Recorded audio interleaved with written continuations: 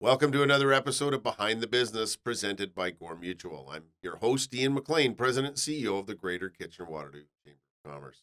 This podcast is recorded on the traditional territory of the Neutral, Anishinaabe, and Haudenosaunee people. Each week I sit down for candid conversations where we go beyond the boardroom and behind the business to uncover the real stories of Waterloo Region's business community.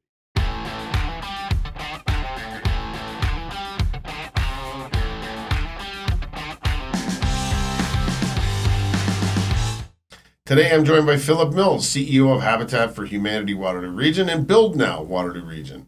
Housing affordability has become one of the defining challenges of our time, impacting businesses, families, talent attraction, and the overall health of our communities. Fortunately, Philip is at the forefront of tackling housing from both an affordability and systems change perspective. In this conversation, we'll explore how Habitat for Humanity's unique model creates long-term impact, why the missing middle is critical to our region's future, and what it takes to move from incremental change to bold, collaborative solutions. We'll also talk about leadership, lessons learned, and why Waterloo Region continues to be a place where ambitious ideas can actually happen. So let's go behind the business with Philip Mills. Well, thanks for joining us. Really appreciate you coming and spending some of your time with us today. Thanks for having me. Excited to do it. Okay, so let's set the stage. When you joined Habitat for Humanity in, I think it was 2021, Yep. The communities we were already starting to face whether it's homelessness, affordability, but just general affordability or availability of housing for everybody was an issue. So. And that disruption and that in particular was a driving force for lots of folks. When you look at your career and you had, including your time at the Independent Living Center, what drew you to the role as that was opening up in Habitat that you thought this was the right role for you? It was complicated. Like, I like something that's complicated. This wasn't simple. It wasn't going to be easy. I really was drawn to the idea of, here's the thing that matters. Like, housing mattered, and I want to make sure that I'm putting my time. Like, I've chosen to work in not-for-profits and charities, so like doing something that matters. And I always say that with like a hesitation. Like, it's okay if somebody is doing something that feels more like, hey, I'm building widgets or whatever the case. Like, that's not bad work. It is important and it makes the community go. I chose to invest in stuff that matters, and so seeing what's going to be worth doing. What do I want to spend my time on? And housing was like, yeah, this is a cool problem. I mean, a cool way, an odd way to phrase it, but this is a big, complicated problem, and I think I can help. So let's go do something big and call me, because I'm going to spend 50 plus hours a week. Like, that's the type of thing I wanted to kind of sink my teeth into. You said in that answer, and I think it's interesting, right? Because this podcast is a little bit about community leaders and the work that they're doing, both private sector and sort of community leaders. And I find it interesting because I kind of probably made the same bargain as that you chose the not-for-profit space. Yeah. Like, I worked in WSIB, was elected to office. I did have my own business, but a lot of community-oriented stuff. What makes that different? Like when you chose that, so Independent Living Center, Habitat, why did you make that conscious choice that was where you wanted to put where you wanted the direction of your career to go? I always say I come by it honestly. Like, I think it's just like where my family came from. Mm-hmm. So my father was a minister, and so this idea of like, what flavor was he? He was out in Wilmot Township. So it was a kind of a conservative with a bit of a Mennonite sort of background-ish. So didn't know that. Yeah. So I grew up pastor's kid. For anybody that knows anything about pastor's kids, I'm a PK too, right? Are you? Okay. Yeah. So my dad's a Presbyterian minister, and so was my grandfather. So the denomination was the Evangelical Missionary Church of Canada. Yeah. So he was. So like, there's something about investing into people, giving of your time. My mother was a social worker, so worked with the hospital, people experiencing mental health, like all that kind of stuff. So there was just this thing about us as a family that says, like, this is who we are. So that sort of, familial identity was, this is what we're about. My brother is a minister. My other brother also works in housing. Like, it's just what kind of our family was oriented towards. So when it came, like, what do you want to do? Who are you going to be? This is just what aligned with how I understood myself. And so kind of, I come by it honestly, I think. Okay, well, and I wanted to hear that background, and now two PKs having a conversation about housing. Listen, Habitat for Humanity, when people think of that, I think they still may have, and it was always important work, but the thought of it simply building houses, right? We're gonna have that one that, one or two builds in the summer and we're going to build housing.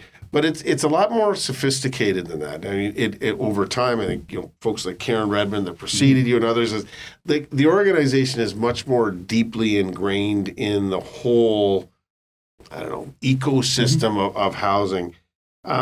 So walk us through that ecosystem. Like what is, like, volunteers, there's partner families, there you've got the Restore where you recycle, whether it's vanities or furniture, those sorts of things, and reinvest that back into the community. So, I mean, I'm interested in the evolution of that and how that model is setting us up for longer term impact. Sure. So everybody thinks about Habitat. They think about, we whether we give away houses or whatever it is they think we do with them, it's something to do with housing. The kind of the background on all that is we sell houses. So we are really focused on ownership, which is not something that everybody knows or is, focused for a lot of other affordable housing providers. Lots of folks are doing stuff to, people are experiencing homelessness. There's tons of work to do there. Ownership options are not necessarily what that community needs. Similarly, there's folks who are doing stuff on, affordable rental. Habitat's always focused on this. And I think we've gotten more and more sophisticated as to how we support and work as we've gone on.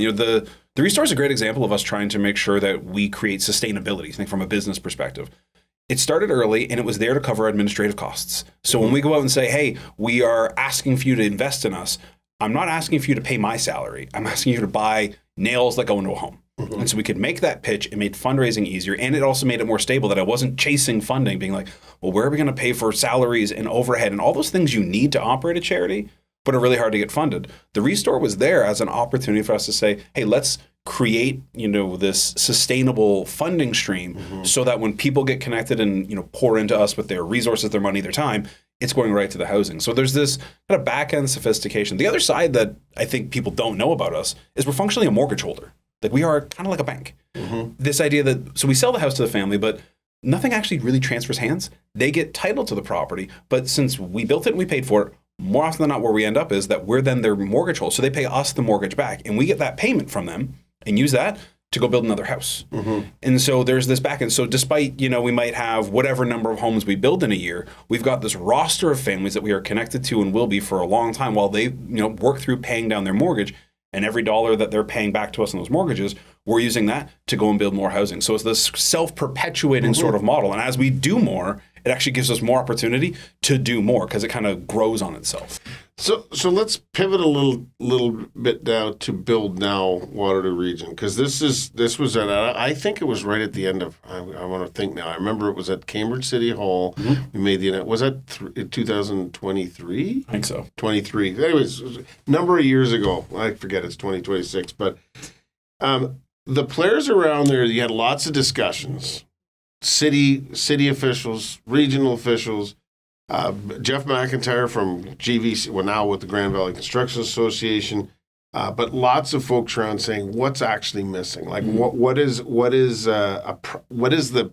solution, or what's the missing part of affordability for some folks? So, Build Now Waterloo Region is a practical response to an aspect of the housing crisis with what I think you talk about as the missing middle. Right. So what is the gap that this initiative is designed to solve? Or another way to put it, what's the missing middle, and how is this addressing that? Sure. So when we talk about missing middle, what folks are usually talking about is that distinction between, think like 1-bedroom condo and single family standalone house. Like, how do you, if you were to start today, and I kind of ask people this, like, think about it not where you've been. Think you're today. You are a 20-something graduating university. What are you doing? Where are you going? And so you're like, the only thing you might be able to afford is a 1-bedroom condo for whatever the going price is today, 300 and something thousand. Okay, so maybe you can get in, but you want to build a family, you want to build a life. Okay, where's the stepping stone? What is that sort of entry level housing? Well, there isn't. What's that for you? Maybe you have a family, it starts to grow. You're a 1-bedroom condo and you got a kid, 2 kids, your partner. Where do you go? Well, because the step from that is to wildly expensive, single family dwellings. Like there isn't that in between stuff. That stuff that you think about almost like starter homes. If you're So you may be talking about 2 or 3 bedroom apartment or freehold townhomes that are 2 or 3 bedrooms but affordable. Yeah, there's that in between stuff, and I think that you really that apartment style stuff is really what people like, because there's a gentle density that's implied with missing middle. Yeah. We're not looking for necessarily like high rises, but that idea that how do you do a bit more? When we talked about build now, we kind of framed it as we're going to build wartime bungalows and stack them on top of each other. Yeah. So what does places lots of people grow up 1,000 square feet, 1,200 square feet, but 3 bedrooms, 4 bedrooms, so for a family. What is that doesn't exist. Like when I bought my first house, it was about $220,000. Well, a family could afford that on a reasonable, you don't need a massive income to afford that. That same house sold, a couple of years ago for $750,000. So if that's the starter option, how does anybody get involved? And I think that's the stuff that's missing. These opportunities specifically for us when it comes to Habitat, really focusing on families. Like where is the 3-bedroom option that a person who is working a job can actually afford, that doesn't have loads of equity from having owned forever, having gotten in early, or doesn't have an extremely well-paying job? Like, where do you go for your family to thrive? Okay, so and to me, I think that is a huge gap. I mean, I take your point. I maybe 20 years ago bought my house for $225,000, and if I was to put it on the market in my neighborhood, it'd be somewhere between $1 million and $1.2 million. Right. I mean, I couldn't afford that. If I wasn't already in there, I could not afford that house right now. And I think that's where we get to. So Waterloo Region, in a lot of ways, in a lot of areas, punches above its weight, right? And I think a part of that is this collaboration that we do kind of work together. It's not perfect by any stretch, but I think there is that kind of ethos or that philosophy. From your perspective, when we think about this model of build now, what makes this community capable of launching something as ambitious? Because it's got to, and I think maybe talk about the partners. I mean, this is going to take the cities and the region and builders. Like, there's a lot of people that need to buy into, foregoing profit or this is people making a contribution to make sure there's more affordable options through Build Now for people in the community. And the more that we do it, I think the expectation is when we see success, we'll be able to do more, build more capacity. That's certainly the hope. Yeah. So how does what fills you with confidence that the ambition of Build Now Waterloo can be done with the partners that are around the table? I think when we talk about Waterloo Region, there's always this sort of give and take, or tongue in cheek, hey, it's different here. Yeah. And so we say that, and then people are I don't want to talk about it. If you mention barn raising, people lose their minds, rightfully. So it's just, we talk about all those things. So there is a bit of our own story we tell ourselves. I think there's some truth to a lot of that there is something within the community. There is an expectation we're working together. So I think that helps. What we had here was a bunch of people that really do care about the region. And I don't know if that's different here. Maybe there is a care for our region that is a little bit different than other places, something about, how much we have historically said, there's a problem here, we're going to fix it here. We're going to do something. And so this started with, developers and not-for-profits and people coming together and saying, look, there needs to be a fix for this, something that fixes it here where we live. And we don't see anything good elsewhere, so we're going to pull it together ourselves. And so there was this sort of, startup collaborative idea with it.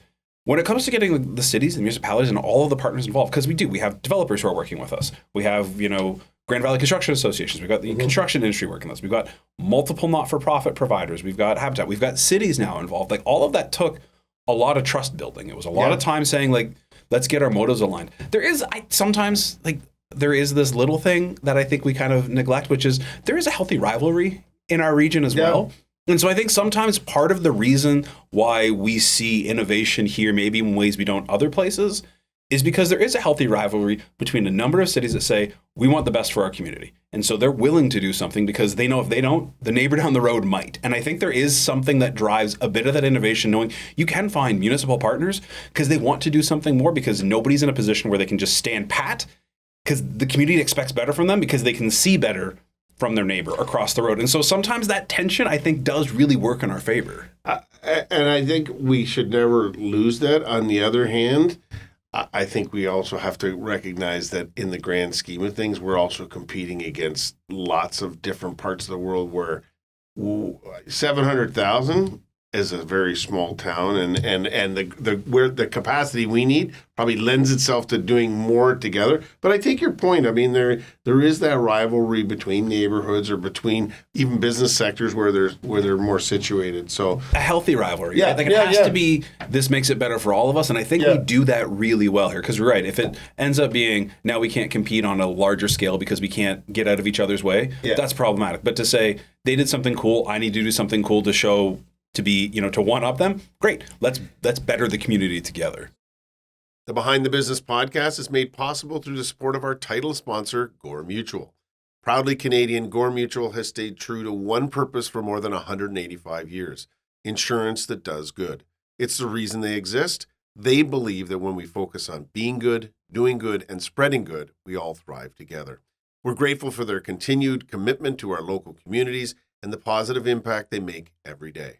For more information, visit goremutual.ca.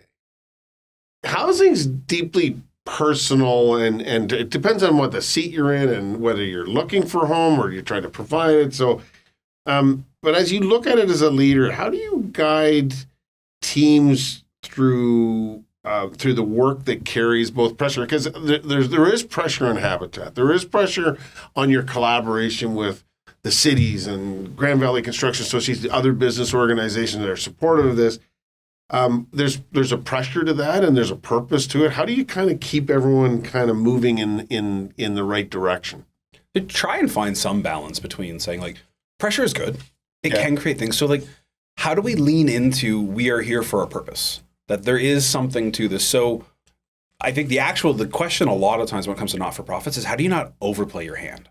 How do you not be like, look, this is such a big deal and this matters so much. I need more from you than is reasonable. And so rather than trying to say, how do you get people motivated and behind this? I found a lot of my work is, hey, it's okay. You can turn off your computer. Hey, you can go home. This isn't your whole life. And trying to detach some of that responsibility because it's so hard. People carry a lot of this and they're in it for all the right reasons, and not-for-profits will be like, wow, we don't pay as much, but hey, it's really good work and it matters. And all those things play into this sort of burned out, work so hard to try because it matters. But I think my work has been a lot of times saying like this does matter and it not saying otherwise. And you should have a work-life balance. And I think that has actually helped us stay on track and be effective because I'm not trying to, not intentionally at least, nobody's intentionally trying to burn people out, but we have less burnout. And I think people are more engaged because we're trying to say like, I get an email from somebody at 8 o'clock at night and the next day I'm like, please stop working late. Like, don't do that. I'm not expecting that. You don't have to do that, to try and actually pull some of that pressure off of them because I think people layer it on themselves. So, well, I get that sometimes, and I'm guilty of, because that's when I actually do my catch up, is that because I do not like mornings. So you're not going to get an email from me at 7 in the morning. You might get one at 7 at night.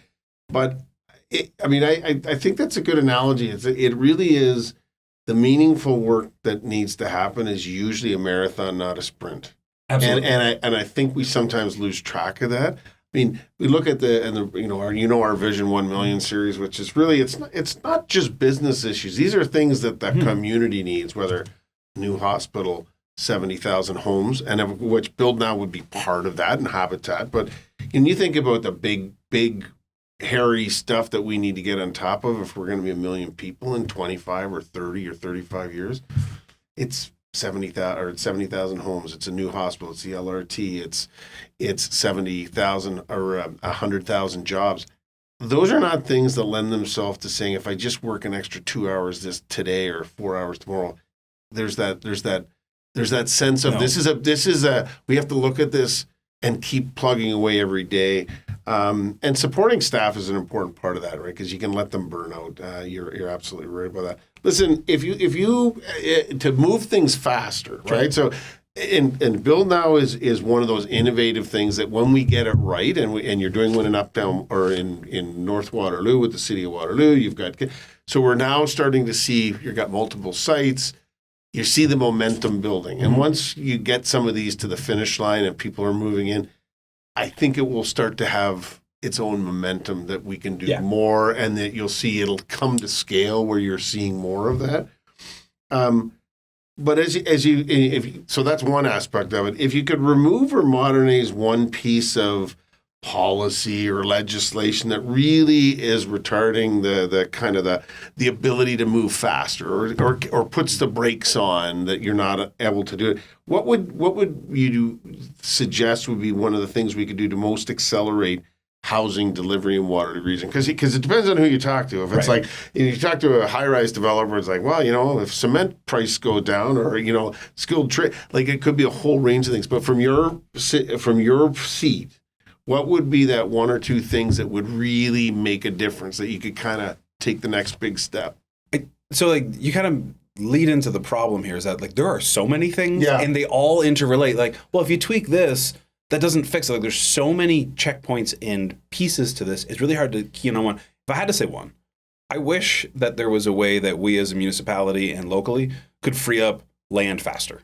So if the answer was, look, we think this is a big deal and we want to put land on the table, I get why that is a slow process and why there is work to do, and we have to properly evaluate the cost and look through the asset management and all the sort of things that municipalities are good, because they are, for good reason, risk averse. And so, dispossessing themselves of a large asset is a thing. Man, it would help if that came faster. And could we move on that faster? Are there ways to do those things? Even you think about some of the work the federal government said, hey, we're going to move on these sort of land parcels. It's a long, slow process to get those, those government assets into the hands of folks who are going to try and turn that into community benefit. So I wish we could just do that faster. Is there something, is there some of this, is there something in the Municipal Act that the province could do to say you can expedite and say you do 30 days versus, like, is there some, as opposed to being prescriptive about saying if a request comes forward, you shall, like, mandate it faster? Or is it still, is it not as clear? It's probably less policy in that sense, and it's a lot more of, like, the way in which government works. Okay. So if you were to say, so councils have just got to respond faster and they have to, and I think, like, understandably, if you say, hey, we're going to get, here's a multi-million-dollar asset, we're going to give it to somebody, like, they want to be prudent and think that through and take their time. But as they take their time, it's another month, 6 months, however, until we get to start thinking about getting housing. And housing takes so long to build. Yeah. I do sometimes feel like we don't always consider the cost of waiting. We don't consider the cost of slow to act now means the house isn't going to be ready in a year. It's going to be ready in 4 years. And what are we talking about in 4 years if we're not having housing coming online now? So I think it is one of those problems that, because it is slow to address, I just feel an urgency to move faster. Mm-hmm. I think that's good. Having been on council for 7 years and worked in government in some aspects, government is not designed for fast. It's not designed for speed. But we do have to speed up as long as it takes. But they can, like, they have. And I guess sometimes that's where my wish there was. I think about during COVID, governments did some things that were really fast because that was a crisis. But because it was right in front of us in a way that I think is easier to see, if we saw this with the same level of crisis of what are we going to do? Because there are impacts to education, there are impacts to, I don't know, the development of community, the impacts to, employment. We don't get a handle on housing. We treat it like and we need today's problems are solving 4 years from now. I think there might be an opportunity to see a different level of action, but I think it's hard, and it's hard to justify, and it's hard when the result won't come before the next election cycle. Well, and that's a whole discussion for another time. Let's leave that one. As we're time's going quickly. Let me ask this. Presumably, there will be business leaders and business owners that will be watching this, mostly for you, not for me, but they will be listening and watching. And many of them want to be part of the solution, but as is normally, is like, what can I do?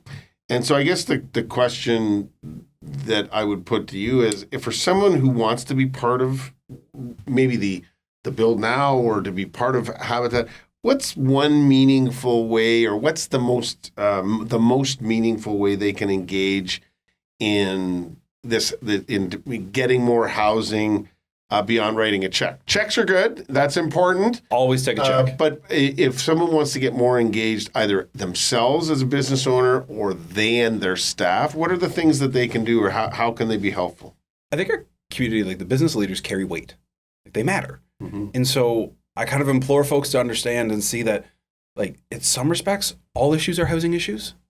like if you start to see, so there's some research that came out today, or that I was reading in the Globe and Mail today, which is kind of terrifying when you start to see that if people don't have this hope of a future where they say like, hey, I can't buy a house, and there's really was tied around buying a house, that there are just people who just shut off. They're like, okay, like if hard work doesn't matter anymore, they work less, they are less engaged in community, they are more likely to be engaged in sort of reckless behavior, they're financially less careful. Like there's all these sort of really terrible knock-on effects, and it's happening all over the world. And so we're saying, how do we have, good employment? How do we, how does that work? Well, if we don't have good housing, you'll never sort employment. Like these things are all together. And so I think the hope is like, use your leverage, use your contacts, use your platforms and, your sway to say, we need housing because that fixes so many of these other issues. When we want to talk about, like, we can't have an entire generation that's given up. But there is this sort of helplessness and a nihilism that is seeping into a lot of our community around, like, what does it matter? I can't work hard enough.